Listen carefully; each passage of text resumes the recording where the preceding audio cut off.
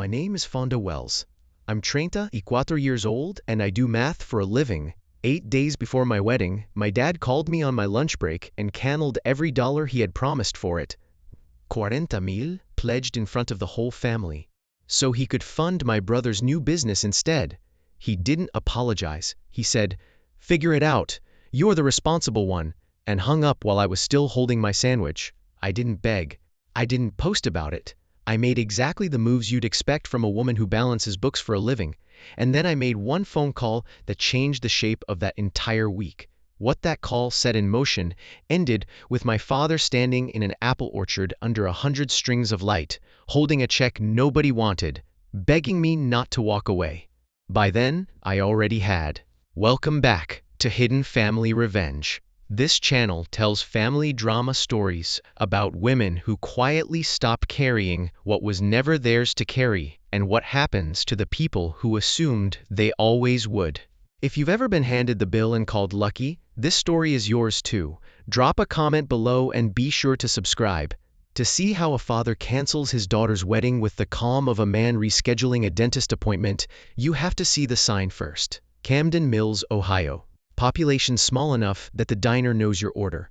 On the corner of Main and 3rd stands Wells & Son Hardware, and above the door hangs a hand-painted sign my great-grandfather would still recognize because my grandfather Earl painted it. Wells & Son, not Wells & Family, not Wells & Children. The sign went up before my father was even born, which means the job description came before the man. Dad ran that store his whole life the way some men serve in a church. He opened at 7, closed at 6, and measured love the way he measured pipe. Cut, exact, no waste. My mother, Linda, softened him for 36 years. She kept a rosebed behind the house, fat pink roses she babied like a third child, and when she laughed at him, he almost always backed down. She died 3 years ago. Breast cancer, 58 years old, gone in 16 months. After the funeral, the house went quiet in a way that scared me. So I started driving out from Dayton every weekend. 35 minutes each way. Caseros in the trunk, payroll spreadsheets in my bag. I told myself I was checking on him. The truth is, I was auditioning for a job that had already been posted, interviewed, and filled the day I was born. In my family, love was never said out loud. It was recorded. And in my family, the ink that counted was never in a birthday card. It was on a signature line. The spring after Mom died, Dad asked me to take a quick look at his taxes. I'm a CPA. Quick looks are how my week ends up gone. I spread his paperwork across the kitchen table and felt the floor tilt. He had borrowed against the house during Mom's treatment. His retirement account would not have survived 2 bad years. He was 61 then, standing behind a register 6 days a week, and the math said he could not stop. I didn't lecture him. I did what I do. I bought a blue ledger at his own store. He charged me for it, which should have told me everything, and I rebuilt his books line by line at that kitchen table, 1 Sunday a month, 3 years running. Then I went home to Dayton and set up an automatic transfer, 600, the first of every month from my account into his labeled house fund. He never asked where it came from. He never mentioned it at all. And I let the silence stand, because the silence protected his pride, and protecting his pride was apparently also my department. 36 months of that comes to 21,600, not counting the free bookkeeping for the store, which any firm in Dayton would have built at more than that. You'd think a man would say, "Thank you." He said something else. He said it at Thanksgiving, at Easter, at the register while I fixed his sales tax filing. Fonda's the responsible one. He said it the way you'd point out a load-bearing wall. Useful, permanent, not going anywhere. It took me 3 more years to hear what that sentence actually was. Not a compliment, but a job title. And the job didn't pay. Now, my brother, Deacon Wells, 30 years old, the kind of charm you can warm your hands on. I want to be fair here because this story is not about hating Deacon. Nobody hates Deacon. That's the whole engine of Deacon. He sells gym memberships. He remembers your kid's name. He hugs like he means it. And he has never once finished anything he started. There was the food truck. The year he turned 24, Dad put in 3,000 for the deposit.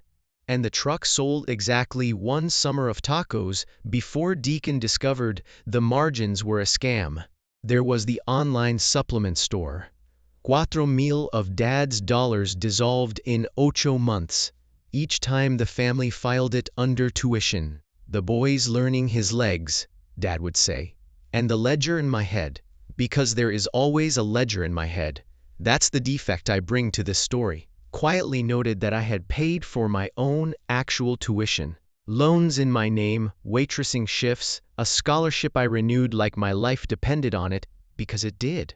Nobody ever called my degree an investment in the family. It was just Fonda being Fonda responsible. Here's the thing I need you to understand, because everything later grows from this route. Dad wasn't cruel to me and sweet to Deacon. It was cleaner than that and colder. Money flowed toward Deacon because Deacon might someday carry the name somewhere. Money did not flow toward me because I was the place other things flowed through. One of us was an investment. The other was infrastructure. At Thanksgiving that year, Deacon leaned back and said he'd found a big one this time. I remember Dad set down his fork. I remember I did not. I met Micah Hale 4 years ago at the Camden Mills Farmers Market, where he was arguing gently with a 9-year-old about whether a Honeycrisp counts as dessert. He's 36, teaches agriculture at the high school, and is built out of the kind of patience you only get from working with teenagers in orchards. His parents, Ruth and Sam, own Hale Orchards quince minutes past town. 40 acres of apples, a farmhouse, and a cider barn with rafters like a church. The first time Micah brought me to Sunday dinner, I did what I always do in a family kitchen. I stood up to clear plates before I'd finished eating. Ruth put one hand on my shoulder and pointed at my chair. And I sat there feeling like a machine somebody had unplugged, unsure what I was for. 2 years ago, I found out their old bookkeeper had botched 3 orders of payroll filings, and the notices from the IRS were stacking up on Ruth's counter like storm warnings. I took the whole mess home. 3 weekends, a legal pad, and some very strong coffee later, it was fixed. Penalties abated, everything clean. Ruth tried to pay me. I refused because, of course, I refused. Free labor was my native language. She looked at me for a long second, the way she inspects fruit for bruising, and said, "Then we owe you, and I don't carry debts." I laughed it off. File that sentence away. At the Hale table, nobody kept score out loud, and it confused me the way silence confuses people raised near highways. I kept waiting for the invoice. It never came. Then in April of last year, Micah proposed in the orchard and I said yes before he finished the question. A week after the proposal, Dad hosted Sunday dinner, which should have been my first clue because Dad does not host. Pot roast, the good plates, Deacon and Aunt Carol both summoned. Between dinner and pie, my father stood up, tapped his water glass with a knuckle, and made an announcement in the voice he uses for store inventory. "Your mother made me promise something before she passed," he said. "She said, whatever it costs, give Fonda her day." He looked at me the way he looks at a level bubble, checking for true. "So, I'm paying for this wedding. 40,000, a Wells wedding done right." Aunt Carol actually applauded. Deacon whistled and said, "Big spender." And Dad allowed himself one small smile. The smile of a man whose accounts are in order. And me? I'm embarrassed to tell you what I felt. But you're here for the truth. So, I felt chosen. A self-made, licensed professional who owned her own condo. And one sentence from that man landed on me like sunlight on a plant that had been growing in a parking garage. Mom's roses were blooming outside the window behind him. I remember thinking she had reached across whatever distance there is and pried his wallet open. And I loved them both so hard my chest hurt. I should have asked one professional question that night. Just one. I asked it of strangers every day at work. I did not ask it of my father, because daughters want to believe, and belief is the one line item I've never learned to audit. My dad's promises always came in a very large font. The fine print took another year to load. We planned a June wedding, 14 months out. The Grand View Ballroom in Dayton, chandeliers, a terrace, an event manager named Tessa, who ran her calendar like air traffic control. Dad paid the deposits himself over that first year. 5,000 to the Grand View, 2,500 to the caterer, 800 to the band, 700 to the florist, 9,000 down, and he drove to each vendor in person to hand over the checks because that's how a Wells does it, which left 31,000 in final balances. And here is the part of wedding math nobody warns you about. Almost all of it comes due in the last 2 weeks. Venue balance 14, 500 caterer, 9,800, photographer 2,400, band another 2,400, florist 1,900. I know these numbers, the way you know a phone number from childhood. At the tasting last fall, I tried professionally, gently, to fix the structure. I suggested Dad move the full amount into a joint wedding account up front, or let me co-sign the vendor contract so either of us could pay. He set down his fork in front of Tessa and the little plates of chicken and said loud enough for the slyer, "Wells men settle their own accounts." Then he smiled at Tessa. "Bill me directly. all of it. So the contracts carried his signature and the billing went to his address. And pushing harder would have meant torching the wedding over a hypothetical. But I want this on the record because it matters later. I saw the flag. I didn't trust the promise blindly. That same week, I opened a separate savings account and started feeding it hard. Bonuses, tax season, and overtime. My old vacation budget. By this spring, it held 22 cero. I told no one, not even Micah. Quiet money for a loud day, just in case. Then Deacon walked into the hardware store carrying a folder with a logo on it. The folder said, Flex House Fitness, and it made its public debut at Easter dinner. Deacon spread glossy brochures between the ham and the dye-lilled eggs, like a man dealing blackjack. A franchise gym, he explained. 24-hour access, an app, territory rights to the whole county. It's not a job, he said, eyes shining. It's equity. It's a name on a door. I watched my father across that table, and I watched a lamp turn on behind his face. 64 years of squinting at the world, and suddenly, here was a sentence shaped exactly like the hole in him, a name on a door. Dad asked practical questions, build-out costs, the franchise fee, what the bank wanted to see. Deacon had answers the way brochures have answers.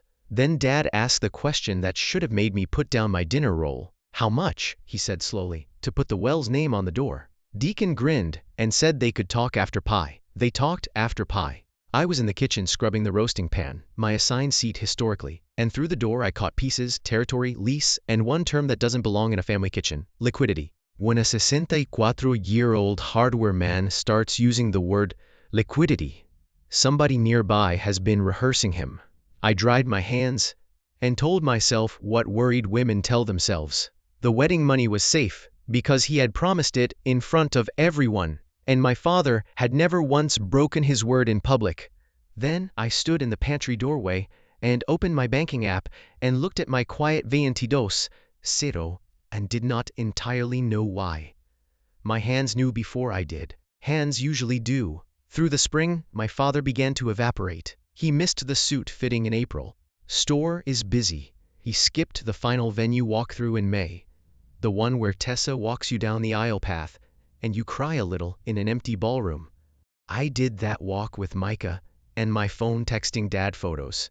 He answered 6 hours later with a single thumbs up. Whenever I called the house, he was in a meeting with your brother and a fella from the bank. A fella from the bank. My father, who paid cash for his truck out of a coffee can philosophy, now had a fella. Twice I asked him straight, Dad, we're 8 weeks out. The big balances hit the same week as the wedding. Are we good? And twice he gave me the same answer word for word in the tone he uses when a customer questions a price. The money's set aside. A Wells keeps his word. I want you to hold on to that sentence like I did. I balanced it against 34 years of evidence. The man had never bounced a check, never stiffed a supplier, never borrowed what he couldn't cover. Every audit I ran on his character came back clean. That's the trap nobody warns the responsible ones about. We check the numbers. We don't think to check the category, because the whole time I was verifying whether my father kept promises. The real question was which ledger he'd filed me under. Then, at Deacon's birthday cookout in late May, Aunt Carol leaned into my shoulder, smelling like white wine and secrets, and said, "Be patient with your father, honey. He's making a big move for this family." I said, "What move?" She winked at me. She actually winked. 2 weeks out, I did what I do for clients in trouble. I built a payment calendar and put it where the money could see it. 1 page, 5 lines. Venue balance, 14,500. Due the Friday before the wedding, with a hard note from Tessa. The Grandview had a corporate gala on a wait list for our date, so the deadline was a cliff, not a suggestion. Carrier 9,800, due Wednesday, with the final headcount. Photographer 2,400, band 2,400, florist 19,900, 31 in 8 days. All of it flowing to contracts with my father's name at the bottom. I emailed him the calendar. I texted him each invoice as it arrived with due dates in bold. He replied with thumbs ups, 4 of them over 6 days. 1 per invoice. Like a man stamping paperwork he isn't reading. I file taxes for a living. I know exactly what a thumbs up is worth as documentation. On the phone that Wednesday, he was cheerful, distracted, papers rustling. Stop worrying. He said it's handled. 140 guests. My mother's roses ordered for the centerpieces, and it's handled. If you've ever been the family's designated adult, the one who gets handed every bill, every crisis, every aging parent, while somebody else gets handed the applause, I want you to do something for me right now. Put in the comments the job you were assigned and never applied for. I read everyone, because for 34 years, I thought my position was rare, and this channel taught me it's the most common unpaid job in America. So subscribe if you haven't. You're going to want to see what I did with my resignation. That Friday, 8 days before the wedding, my phone lit up at 12:40 in the afternoon. Dad, I was in the break room at Harmon & Cole, with half a turkey sandwich and a coworker microwaving fish, which is the level of glamour I want you to picture. While my life rearranged itself, I answered on speaker without thinking. It's how accountants eat lunch. Fonda, not honey, not sweetheart, the inventory voice. I need to tell you about a change with the wedding money. Change? In my business, that word is a fire alarm wearing a sweater. I'm putting the rest of it, the 31, into your brother's business. Flexhouse needs the capital now or he loses the territory. The lease is signed. There's no one doing it. Somewhere behind me the microwave beeped and beeped. I ask the only questions that ever matter in the voice I use for audits, because that voice holds when the rest of me doesn't. Has it already moved? How much? A pause. Half a beat too long. It's committed. He said all of it. A wedding is one day Fonda. A business carries the name. You'll understand when you see what your brother builds. I said the wedding was in 8 days. I said the venue balance alone was 14,500 due in 7. I said it the way I'd brief a client. Flat and clean, giving him one last exit ramp back into being my father. And my dad, the man my dying mother made, swear to give me my day.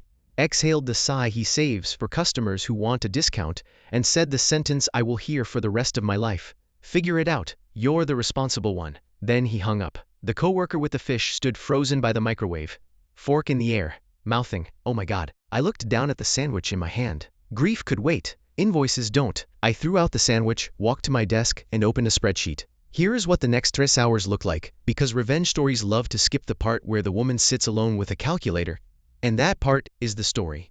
I called Tessa at the Grand View. She was kind, and she was surgical. My father had phoned that morning, before he even called me, to withdraw his payer. The Grand View could hold our date until Monday at noon. After that, full remaining balance or the corporate gala takes the ballroom per the contract he signed. I called the caterer. Final payment Wednesday. No extensions in June, their busiest month. Band and florist. Say week, smaller cliffs. Then I opened my quiet account and looked at my 22 saved sandwich by sandwich for exactly this ambush, and ran the number I already knew. 22 against 31, 90, short across that 1 week, with the first cliff at Monday noon and the caterer 2 days behind it. I had prepared for my father to wobble. I had not prepared for him to detonate the entire structure from inside a week out, after locking every contract to his own signature, so that no bank, no vendor, and no amount of my competence could root around him in time. You can't refinance a Friday. Micah drove straight to my condo when I called. He read my 1-page calendar in silence, and I watched the gentlest man in Ohio fold his hand so they'd stop doing something else. "We'll elope," he said finally. "Tomorrow. I don't need a ballroom. I need you." And I almost said, yes, I want to be honest about how close it was. But quitting quietly would have taught my family one more time that Fonda absorbs. Fonda adjusts. Fonda figures it out alone in the dark. Instead, I stood up and got my keys. "Where are you going?" Micah asked. 35 minutes east, I told him. Not to beg, to audit. They were both at the kitchen table when I walked in. Dad with coffee. Deacon with spreadsheets printed in color, which tells you who was selling and who was buying. Nobody stood up. "Fonda," Dad said, wary like I was a health inspector. I stayed calm because calm is my mother tongue. I asked to see the project account. Deacon, bless his salesman heart, was proud of it. He turned his laptop around to show me Flexhouse's funding timeline, and that is how I learned the truth. My father had skipped on the phone. The 31 hadn't moved that morning. It had moved 2 months ago, April 9th, wired into the franchise project account, while I was addressing invitations at my kitchen counter. Every thumbs up he'd sent me since, every "it's handled," every "A. Wells keeps his word." The money was already gone behind all of it. The Friday phone call wasn't a decision.